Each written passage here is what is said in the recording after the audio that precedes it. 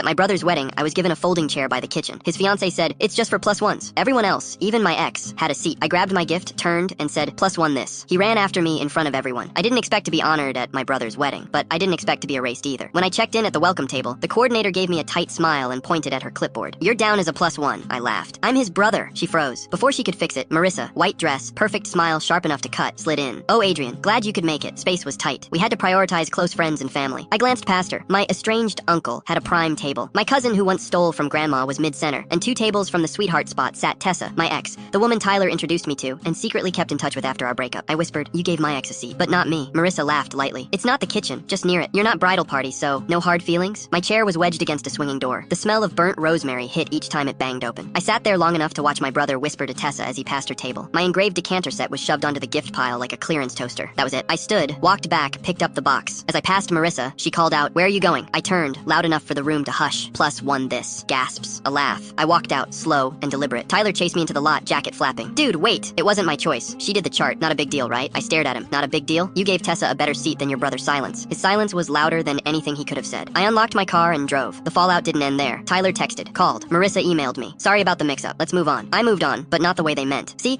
I'd referred them to the caterer through my logistics work. The same caterer Marissa shorted on deposits and dumped last-minute changes on. When I called, Nancy admitted, "Honestly, if you hadn't helped us, the wedding would have collapsed. They still haven't paid in full receipts, contracts, leverage." So I cut threads, quietly. I canceled the matching glassware I'd ordered as a surprise gift, kept it for myself. I called the photographer, another friend, and told her no discounts for them under my name. She agreed. Then Tyler emailed me. Subject line, "Need help?" He and Marissa had botched their honeymoon flights and passports. He wrote, "You're the only one I trust to fix this stuff." I drafted a reply. "This +1 doesn't take bookings anymore." Then I deleted it. Instead, I forwarded his request to a colleague in urgent travel logistics and asked her to blacklist them. 2 days later, we're stranded in Singapore. Flights canceled. Villa won't refund us. What's your problem? I let it ring. Marissa